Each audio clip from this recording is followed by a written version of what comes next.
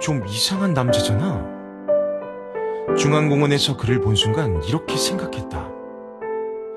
그때 그는 노상 카페에서 뭔가를 사고 있었다. 정장을 입고 있었는데 맵시는 꽤 좋았지만 스타일이 좀 올드했다. 그건 제쳐두고라도 가장 이상한 점은 계산할 때 카드를 꺼냈다는 것이다. 점원들도 그 카드를 보고 꽤 놀라며 단말기에서 한참 만에 카드 계산용 화면을 찾았다. 그 디스플레이 화면은 상당히 조잡해 보였다. 남자는 커피를 산 후 벤치로 걸어갔고 점원들은 웃으며 이야기하기 시작했다.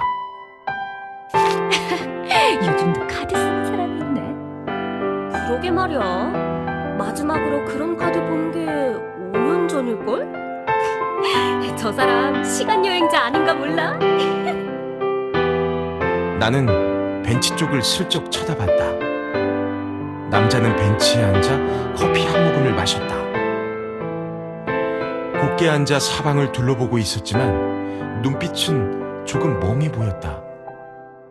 이상한 사람이라고 생각하고 있을 때 누군가 내 옷을 잡아당겼다.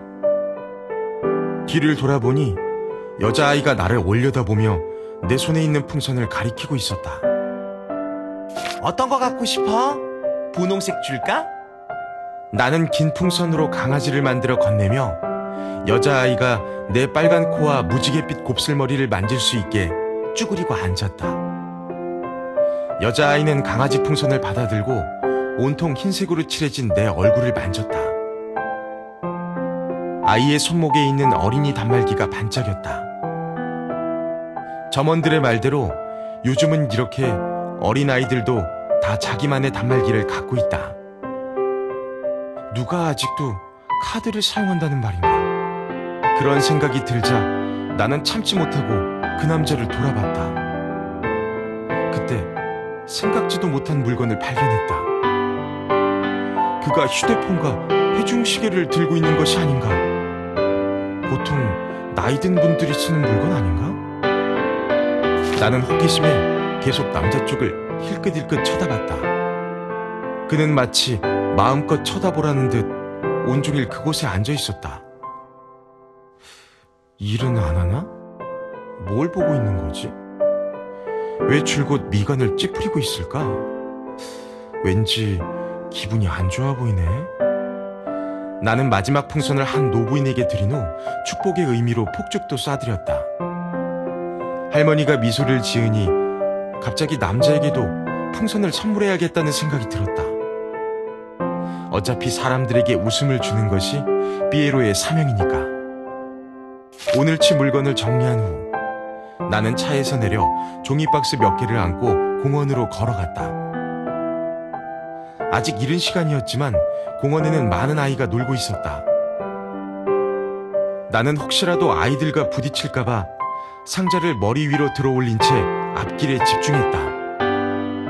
하필 그때 머피의 법칙처럼 오른쪽에서 남자아이가 달려와 나와 부딪혔다. 삐에로 신발은 너무 커서 원래 걷기가 쉽지 않다. 나는 잠시 비틀거리다 간신히 중심을 잡았지만 머리 위 상자는 심하게 흔들렸다.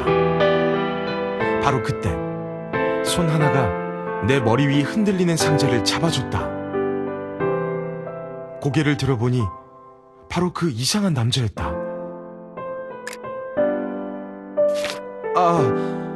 감사합니다. 아닙니다.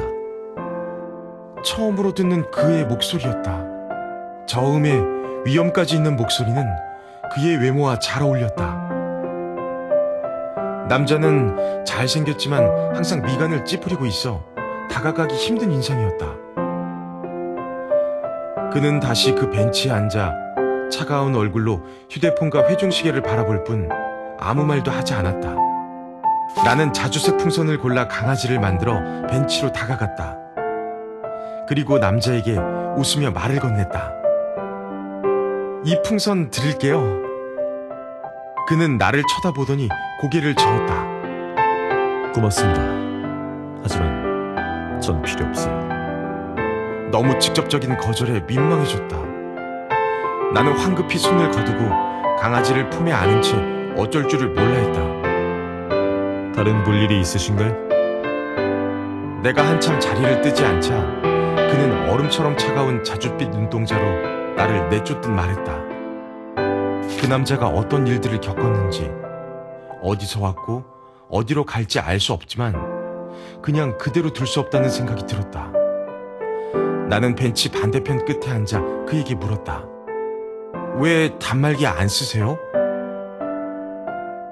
그는 아무 대답도 하지 않았고 나는 강아지 풍선을 만지작거리며 혼잣말처럼 말했다. 돈이 없으면 정보센터에서 무료 단말기를 받으면 되는데 시민 아이디만 말하면 돼요. 남자는 잠시 멈칫했다. 눈에 막연함이 스쳤다. 그러나 곧 무표정으로 돌아왔고 내 제안을 거절했다. 괜찮습니다. 그는 아무것도 모르는 것 같은 표정이었다. 5년 전 시민 아이디 제도를 시행한 이후 이 사실을 모르는 사람은 없었다. 간편하게 정보를 수집하기 위해 모든 사람의 첫 단말기는 정보센터에서 배포했었다. 시민 등록이 안 된 사람인가? 혹시 범죄자? 어쩐지 단말기도 없고 사지도 못하더라니. 내 머릿속에 수많은 영화 장면이 떠올랐고 결국 그런 내가 웃겨 나는 웃음을 터뜨렸다.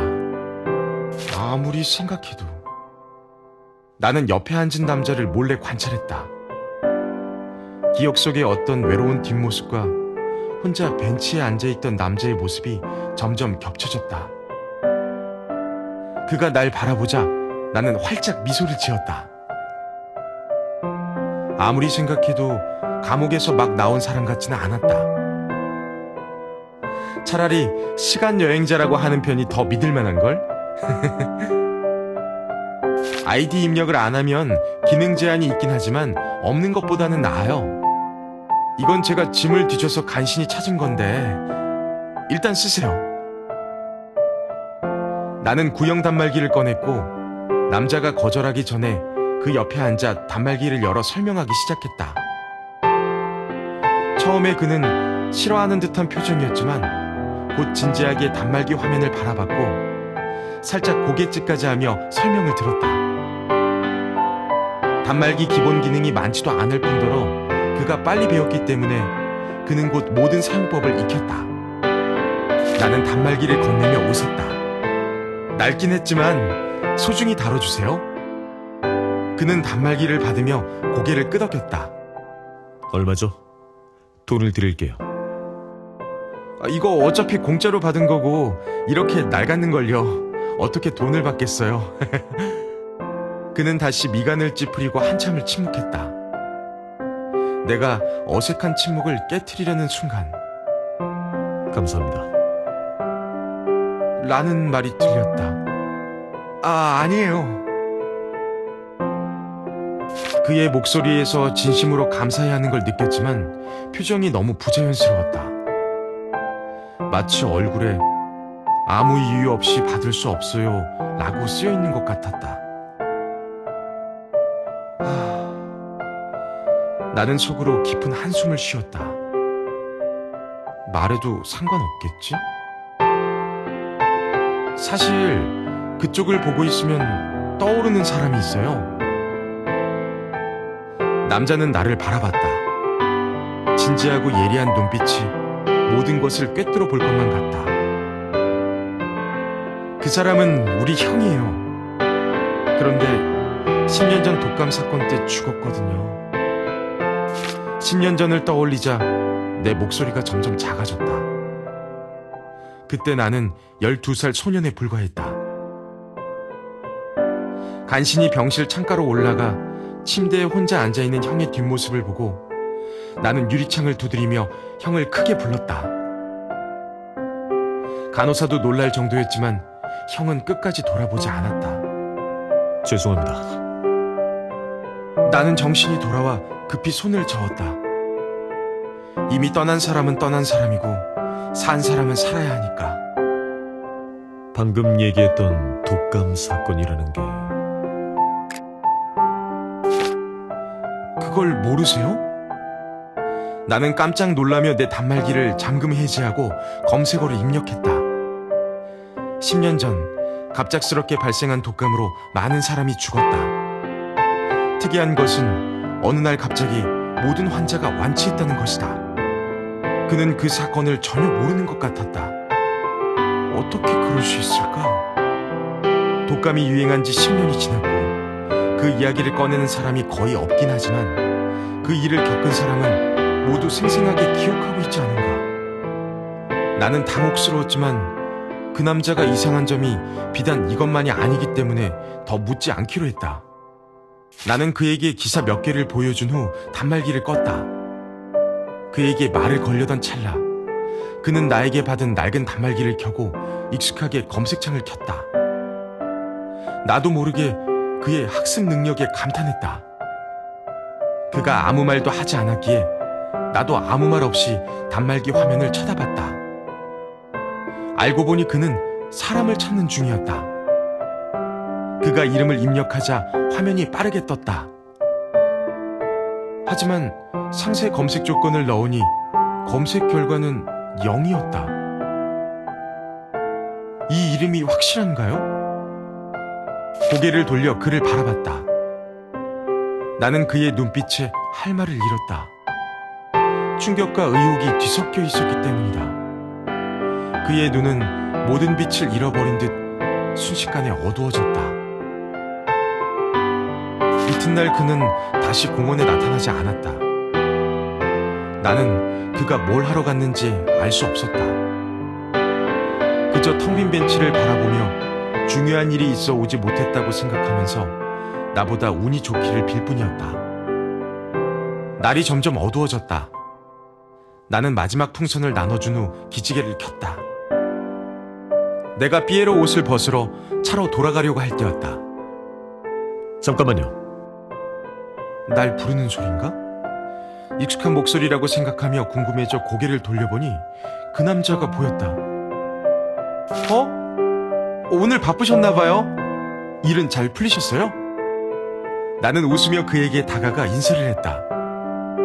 그는 잔뜩 지쳐 보였다.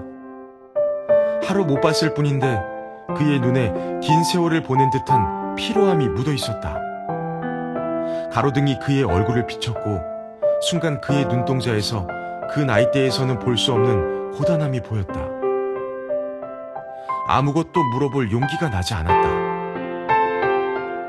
나는 가볍게 헛기침을 하고 가벼운 주제로 화제를 돌렸다. 물 드실래요? 차에서 가져다 드릴게요. 괜찮아요. 그럼 커피는요? 제가 살게요. 나는 가까운 곳에 있는 노상 카페를 가리켰다. 아직 문을 닫기 전이었다. 가서 옷 좀 갈아입고 올 테니 기다려주세요. 차로 가지 말아요. 뭐라고? 나는 멀지 않은 곳에 주차해 놓은 봉고차를 바라봤다. 가로등이 땅을 비추면서 주황색 동그라미를 만들었고 차는 그 동그라미 속에 주차되어 있었다. 행인 2명이 산책하며 차를 지나쳤다. 밤거리는 조용했다. 매미 소리마저 약했다. 왜 가지 말아요? 설명할 수는 없지만 내 말을 들었으면 좋겠군요. 그를 알게 된 지 얼마 되지 않았지만 그의 표정과 말투는 항상 차갑고 거리감이 느껴졌다. 고맙습니다. 죄송합니다와 같은 말을 할 때도 예외는 없었다. 그러나 방금 그 말에서 뭔가 다른 감정이 느껴졌고 좋겠군요 라는 말 뒤에 엄청난 비밀이 감춰져 있을 것 같았다. 그 사람이 너무 피곤해 보이는 것과 관계 있는 걸까? 말하기 싫으면 어쩔 수 없지. 알겠어요. 말이 끝나기가 무섭게 길모퉁이에서 경찰차 사이렌 소리가 울렸다. 경찰차 몇 대가 내 봉고차로 향했고 한 무리의 경찰이 10분 전에 테러리스트가 이곳에 시한폭탄을 설치했다는 신고를 받았다고 얘기해줬다. 테러리스트? 시한폭탄? 나는 이해할 수 없어 옆에 있는 그를 바라봤다. 그는 내 시선을 느끼지 못한 듯 아무 말 없이 경찰들과 함께 봉고차로 향했다. 5분 후 경찰들은 현장을 봉쇄했고 내 차에서 시한폭탄을 찾았다고 했다. 대체 무슨 일이지? 빨간 빛과 푸른 빛이 그의 차가운 얼굴 위로 스쳐 지나갔다. 그 남자는 근처에 있는 사람들을 보는 것 같기도 했고 더 먼 미래를 내다보는 것 같기도 했다. 나는 모든 두려움과 질문을 삼키고 그의 시선을 따라갔다. 나는 중앙호수 근처의 나무 옆에서 그 남자를 찾았다. 평범한 나무였지만 그는 좀처럼 볼 수 없는 환한 얼굴로 나뭇가지를 바라보고 있었다. 나는 가까이 다가가 함께 그 나무를 올려다봤다. 그러다 그곳에 삐뚤삐뚤하게 새겨진 글자를 발견했다.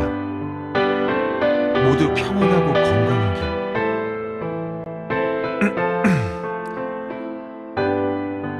그를 부르고 싶었으나 우리가 아직 통성명도 하지 않았다는 사실이 떠올랐다.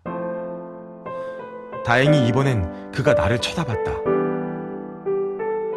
나는 얼른 손을 내밀어 자주색 강아지 풍선을 건넸다. 이거 선물이에요. 아마 그가 처음에 거절했던 그 풍선인지는 모르겠지? 고마워요. 그는 잠시 망설이다 그 풍선을 받았고 내 단말기를 돌려줬다. 의외였다. 어젯밤 생겨난 예감이 점점 확실해졌다.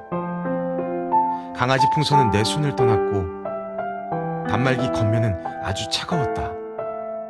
나는 입술을 움직여 환하게 웃으며 수도 없이 반복했던 그 축복의 말을 건넸다. 항상 웃으며 행복하시길 바랄게요.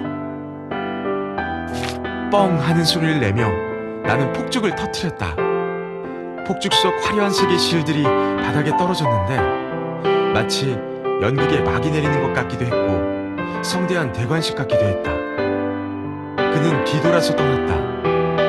나는 고개를 숙인 채 손에 들려있는 단말기를 바라봤다. 전원 스위치를 켜자 최근에 검색했던 검색어가 자동으로 내 눈앞에 나타났다. 영상 제작사 이볼? 그게 뭐지? 호기심에 못 이겨 검색을 해봤지만 아무 소득이 없었다. 영상 제작사도 마찬가지로 이미 몇 년 전에 단말기에서 소식을 감춘 것 같았다. 왠지 모르게 나는 조금 전 남자의 표정이 떠올랐다.